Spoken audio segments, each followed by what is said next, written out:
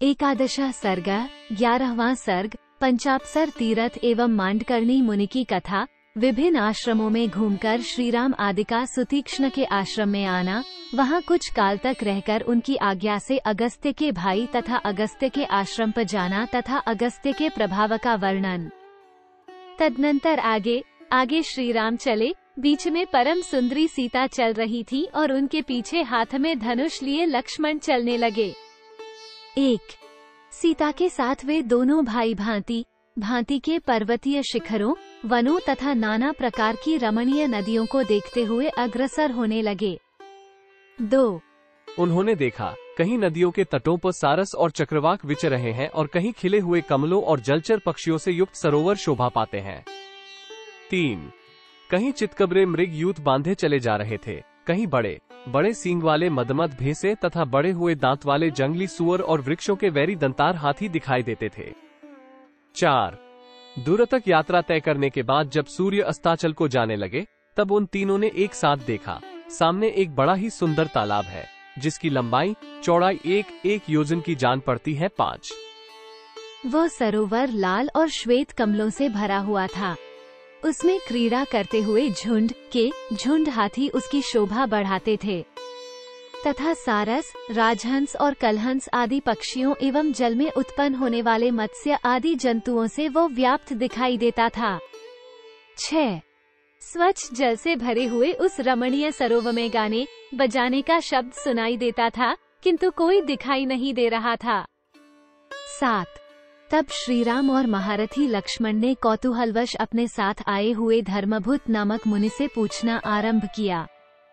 8 महामुने, यह अत्यंत अद्भुत संगीत की ध्वनि सुनकर हम सब लोगों को बड़ा कौतूहल हो रहा है।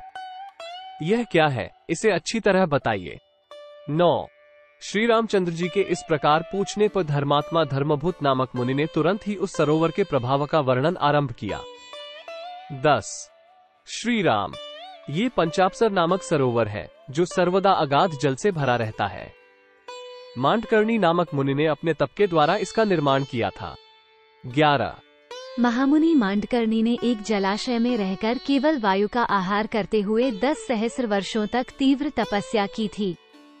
12 उस समय अग्नि आदि सब देवता उनके तप से अत्यंत व्यथित हो उठे और आपस में मिलकर वे सब इस प्रकार कहने लगे। 13 जान पड़ता है, ये मुनि हम लोगों में से किसी के स्थान को लेना चाहते हैं। ऐसा सोचकर वे सब देवता वहाँ मन उद्विग्न हो उठे। 14 तब उनकी तपस्या में विघ्न डालने के लिए संपूर्ण देवताओं ने 5 प्रधान अप्सराओं को नियुक्त किया, जिनकी अंगकांति विद्युत के समान चंचल थी। 15 तदनंतर जिन्होंने लौकिक एवं पालौकिक धर्माधर्म का ज्ञान प्राप्त कर लिया था, उन मुनि को उन 5 अप्सराओं ने देवता का कार्य सिद्ध करने के लिए काम के अधीन कर दिया। 16 मुनि की पत्नी बनी हुई वे ही 5 अप्सराएं यहाँ रहती हैं। उनके रहने के लिए इस तालाब के भीतर घर बना हुआ है, जो जल के अंदर छिपा हुआ है। 17 उसी घर में सुखपूर्वक रहती हुई 5 अप्सराएं तपस्या के प्रभाव से युवावस्था को प्राप्त हुए मुनि को अपनी सेवाओं से संतुष्ट करती हैं। 18 क्रीड़ा विहार में लगी हुई उन अप्सराओं के ही वाद्यों की यह ध्वनि सुनाई देती है, जो भूषणों की झनकार के साथ मिली हुई है। साथ ही उनके गीत का भी मनोहर शब्द सुन पड़ता है। 19 अपने भाई के साथ महायशस्वी श्री रघुनाथ जी ने उन भावितात्मा महर्षि के इस कथन को, ये तो बड़े आश्चर्य की बात है, यूं कहकर स्वीकार किया। 20 इस प्रकार कहते हुए श्री रामचंद्र जी को एक आश्रम मंडल दिखाई दिया, जहाँ सब ओर कुश और वल्कल वस्त्र फैले हुए थे। वह आश्रम ब्राह्मी लक्ष्मी ब्रह्मतेज से प्रकाशित होता था। 21 विदेहनंदिनी सीता तथा लक्ष्मण के साथ उस तेजस्वी आश्रम मंडल में प्रवेश करके ककूटस्थ कुलभूषण श्रीराम ने उस समय सुखपूर्वक निवास किया। वहां के महर्षियों ने उनका बड़ा आदर सत्कार किया। 22 1/2 तदनंतर महान अस्त्रों के ज्ञाता श्री रामचंद्र जी बारी से उन सभी तपस्वी मुनियों के आश्रमों पर गए, जिनके यहाँ वे पहले रह चुके थे। उनके पास भी उनकी भक्ति देख दोबारा जाकर रहे। 23 1/2 कहीं 10 महीने, कहीं साल भर, कहीं 4 महीने, कहीं 5 या 6 महीने, कहीं इससे भी अधिक समय अर्थात 7 महीने, कहीं उससे भी अधिक 8 महीने, कहीं आधे मास अधिक अर्थात 8.5 महीने, कहीं 3 महीने और कहीं 8 और 3 अर्थात 11 महीने तक श्री रामचंद्र जी ने सुखपूर्वक निवास किया। 24, 25, 1/2।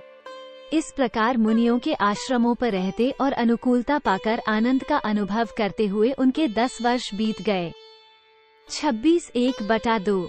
इस प्रकार सब ओर घूम फिर कर धर्म के ज्ञाता भगवान श्री राम सीता के साथ फिर सुतीक्ष्ण के आश्रम पर ही लौट आए। 27, 1/2। शत्रु का दमन करने वाले श्री राम उस आश्रम में आकर वहां रहने वाले मुनियों द्वारा भली भांति सम्मानित हो वहां भी कुछ काल तक रहे। 28, 1/2। उस आश्रम में रहते हुए श्री राम ने एक दिन महामुनि सुतीक्ष्ण के पास बैठकर विनीत भाव से कहा। 29, 1/2। भगवान, मैंने प्रतिदिन बातचीत करने वाले लोगों के मुंह से सुना है कि इस वन में कहीं मुनिश्रेष्ठ अगस्त्य जी निवास करते हैं, किंतु इस वन की विशालता के कारण मैं उस स्थान को नहीं जानता हूँ। 30, 31। उन बुद्धिमान महर्षि का सुंदर आश्रम कहाँ है?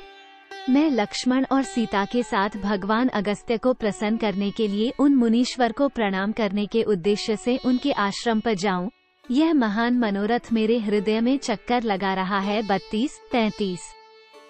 मैं चाहता हूं कि स्वयं भी मुनिव अगस्त्य की सेवा करूं। धर्मात्मा श्री राम का यह वचन सुनकर सुतीक्ष्ण मुनि बड़े प्रसन्न हुए और उन दशरथ नंदन से इस प्रकार बोले। 34, 1/2। रघुनंदन, मैं भी लक्ष्मण सहित आपसे यही कहना चाहता था कि आप सीता के साथ महर्षि अगस्त्य के पास जाएं। सौभाग्य की बात है कि इस समय आप स्वयं ही मुझसे वहां जाने के विषय में पूछ रहे हैं। 35, 36। श्री राम, महामुनि अगस्त्य जहां रहते हैं उस आश्रम का पता मैं अभी आपको बताए देता हूं। तात, इस आश्रम से 4 योजन दक्षिण चले जाइए, वहां आपको अगस्त्य के भाई का बहुत बड़ा एवं सुंदर आश्रम मिलेगा। 37। वहां के वन की भूमि प्रायः समतल है तथा पिपली का वन उस आश्रम की शोभा बढ़ाता है। वहां फूलों और फलों की बहुतायत है। नाना प्रकार के पक्षियों के कलरवों से गूंजते हुए उस रमणीय आश्रम के पास भांति भांति के कमल मंडित सरोवर हैं, जो स्वच्छ जल से भरे हुए हैं। हंस और कारंडव आदि पक्षी उनमें सब ओर फैले हुए हैं तथा चक्रवाक उनकी शोभा बढ़ाते हैं। 38, 39। श्री राम, आप एक रात उस आश्रम में ठहरकर प्रातः काल उस वनखंड के किनारे दक्षिण दिशा की ओर जाएं। इस प्रकार 1 योजन आगे जाने पर अनेकानेक वृक्षों से सुशोभित वन के रमणीय भाग में अगस्त्य मुनि का आश्रम मिलेगा। 40, 41। वहाँ विदेहनंदिनी सीता और लक्ष्मण आपके साथ सानंद विचरण करेंगे, क्योंकि बहुसंख्यक वृक्षों से सुशोभित वो वन प्रांत बड़ा ही रमणीय है। 42। महामते, यदि आपने महामुनि अगस्त्य के दर्शन का निश्चित विचार कर लिया है तो आज ही वहां की यात्रा करने का भी निश्चय करें। 43। मुनि का यह वचन सुनकर भाई सहित श्री रामचंद्र जी ने उन्हें प्रणाम किया और सीता तथा लक्ष्मण के साथ अगस्त्य जी के आश्रम की ओर चल दिए। 44। मार्ग में मिले हुए विचित्र विचित्र वनों, मेघमाला के समान पर्वतमालाओं, सरोवरों और सरिताओं को देखते हुए वे आगे बढ़ते गए। 45। इस प्रकार सुतीक्ष्ण के बताए हुए मार्ग से सुखपूर्वक चलते चलते श्री रामचंद्र जी ने अत्यंत हर्ष में भरकर लक्ष्मण से यह बात कही। 46। सुमित्रानंदन, निश्चय ही यह पुण्य कर्मों का अनुष्ठान करने वाले महात्मा अगस्त्य मुनि के भाई का आश्रम दिखाई दे रहा है। 47। क्योंकि सुतीक्ष्ण जी ने जैसा बतलाया था उसके अनुसार इस वन के मार्ग में फूलों और फलों के भार से झुके हुए सहस्रों परिचित वृक्ष शोभा पा रहे हैं। 48। इस वन में पकी हुई पीपलियों की यह गंध वायु से प्रेरित होकर सहसा इधर आई है, जिससे कटु रस का उदय हो रहा है। 49। जहाँ तहाँ लकड़ियों के ढेर लगे दिखाई देते हैं और वैदूर्यमणि के समान रंग वाले कुश कटे हुए दृष्टिगोचर होते हैं। 50।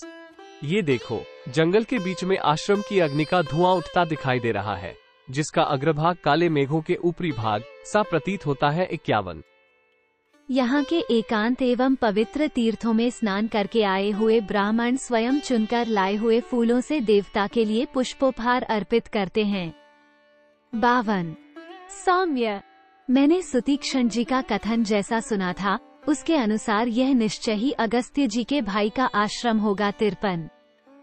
इन्हीं के भाई पुण्यकर्मा अगस्त्य जी ने समस्त लोगों के हित की कामना से मृत्यु स्वरूप वातापी और इल्वल का वेगपूर्वक दमन करके इस दक्षिण दिशा को शरण लेने के योग्य बना दिया। 54। एक समय की बात है, यहाँ क्रूर स्वभाव वाला वातापी और इल्वल, ये दोनों भाई एक साथ रहते थे। ये दोनों महान असुर ब्राह्मणों की हत्या करने वाले थे। निर्दयी इल्वल ब्राह्मण का रूप धारण करके संस्कृत बोलता हुआ जाता और श्राद्ध के लिए ब्राह्मणों को निमंत्रण दे आता था। फिर मेष जीवशाक का रूप धारण करने वाले अपने भाई वातापी का संस्कार करके श्राद्ध कल्पोक्त विधि से ब्राह्मणों को खिला देता था। वे ब्राह्मण जब भोजन कर लेते तब इल्वल उच्च स्वर से बोलता, वातापे निकलो। 58। भाई की बात सुनकर वातापी भेड़े के समान में करता हुआ उन ब्राह्मणों के पेट फाड़ कर निकल आता था। 59। इस प्रकार इच्छानुसार रूप धारण करने वाले उन मांसभक्षी असुरों ने प्रतिदिन मिलकर सहस्रों ब्राह्मणों का विनाश कर डाला। 60। उस समय देवता की प्रार्थना से महर्षि अगस्त्य ने श्राद्ध में शाकरूपधारी उस महान असुर को जान बूझकर भक्षण किया। 61। तदनंतर श्राद्ध कर्म संपन्न हो गया। ऐसा कहकर ब्राह्मणों के हाथ में अवनेजन का जल दे इल्वल ने भाई को संबोधित करके कहा, निकलो। 62। इस प्रकार भाई को पुकारते हुए उस ब्राह्मणघाती असुर से बुद्धिमान मुनिश्रेष्ठ अगस्त्य ने हंसकर कहा, जिस जीव शाकरूपधारी तेरे भाई राक्षस को मैंने खाकर पचा लिया, वो तो यमलोक में जा पहुंचा है। अब उसमें निकलने की शक्ति कहाँ है। 64। भाई की मृत्यु को सूचित करने वाले मुनि के इस वचन को सुनकर उस निशाचर ने क्रोधपूर्वक उन्हें मार डालने का उद्योग आरंभ किया। 65। उसने ज्यों ही द्विजराज अगस्त्य पर धावा किया, त्यों ही उद्दीप्त तेज वाले उन मुनि ने अपनी अग्नितुल्य दृष्टि से उस राक्षस को दग्ध कर डाला। इस प्रकार उसकी मृत्यु हो गई। 66। ब्राह्मणों पर कृपा करके जिन्होंने ये दुष्कर कर्म किया था, उन्हीं महर्षि अगस्त्य के भाई का यह आश्रम है, जो सरोवर और वन से सुशोभित हो रहा है। 67। श्री रामचंद्र जी लक्ष्मण के साथ इस प्रकार बातचीत कर रहे थे। इतने में ही सूर्यदेव अस्त हो गए और संध्या का समय हो गया। 68। तब भाई के साथ विधि पूर्वक सायं संध्योपासना करके श्रीराम ने आश्रम में प्रवेश किया और उन महर्षि के चरणों में मस्तक झुकाया। 69। मुनि ने उनका यथावत आदर सत्कार किया। सीता और लक्ष्मण सहित श्रीराम वहां फल मूल खाकर एक रात उस आश्रम में रहे। 70। वो रात बीतने पर जब सूर्योदय हुआ तब श्री रामचंद्र जी ने अगस्त्य के भाई से विदा मांगते हुए कहा, भगवान, मैं आपके चरणों में प्रणाम करता हूँ। यहाँ रात भर बड़े सुख से रहा हूँ। अब आपके बड़े भाई मुनि व अगस्त्य का दर्शन करने के लिए जाऊंगा। इसके लिए आपसे आज्ञा चाहता हूँ। 72। तब महर्षि ने कहा, बहुत अच्छा, जाइए। इस प्रकार महर्षि से आज्ञा पाकर भगवान श्री राम सुतीक्ष्ण के बताए हुए मार्ग से वन की शोभा देखते हुए आगे चले। 73।